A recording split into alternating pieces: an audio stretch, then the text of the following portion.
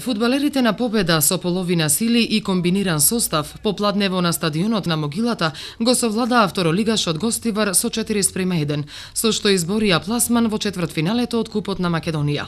Победа по декември минатата година одигра официјален надпревар во Прилеп, а денес црвено-белите, без некои проблеми и непријатности, стигнаа до висока победа, на задоволство на над 500 гледачи, кои попладнево дојдоа да го бодрат својот тим.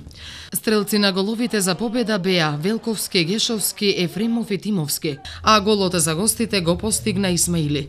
Покрај победа и Кораби, кој денес беше слободен пласман во четвртфиналето, изборија уште Македонија Ѓорче Петров, која го елиминира Вардар Шкендија, Академија Пандев, Беласица Работнички и Силекс.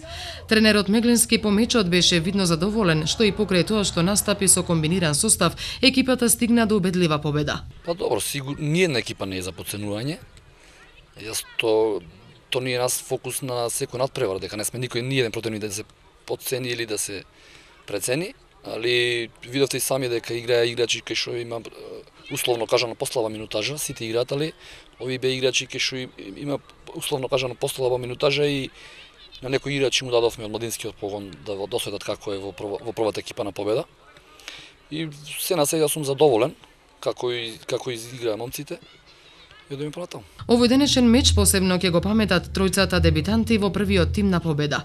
По изборената висока предност во последните 30 минути, тренерот Мегленски шанса да дебитираат во првиот тим им пружи на младинците Христијан Сватиновски и Мартин Јосифовски, како и на кадетот голманот Антонио Столески.